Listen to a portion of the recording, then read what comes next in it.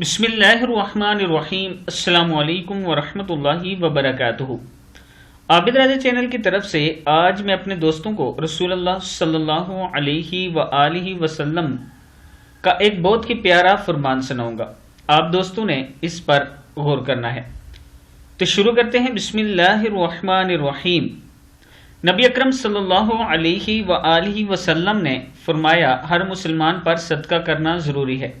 صحابہ کرام نے عرض کی، اگر کوئی چیز کسی کو صدقے کے لیے میسر نہ ہو، آپ صلی اللہ علیہ وآلہ وسلم نے فرمایا کہ پھر اپنے ہاتھ سے کام کرے اور اس سے خود کو بھی فائدہ پہنچائے اور صدقہ بھی کرے۔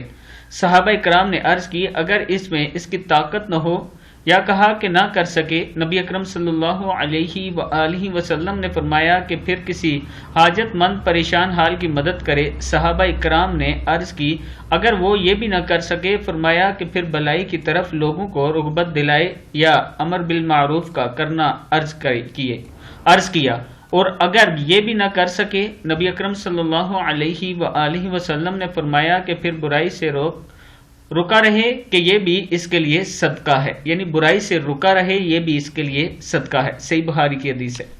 آپ دوستوں نے اس پر ضرور عمل کرنا ہے۔ السلام علیکم ورحمۃ اللہ وبرکاتہ۔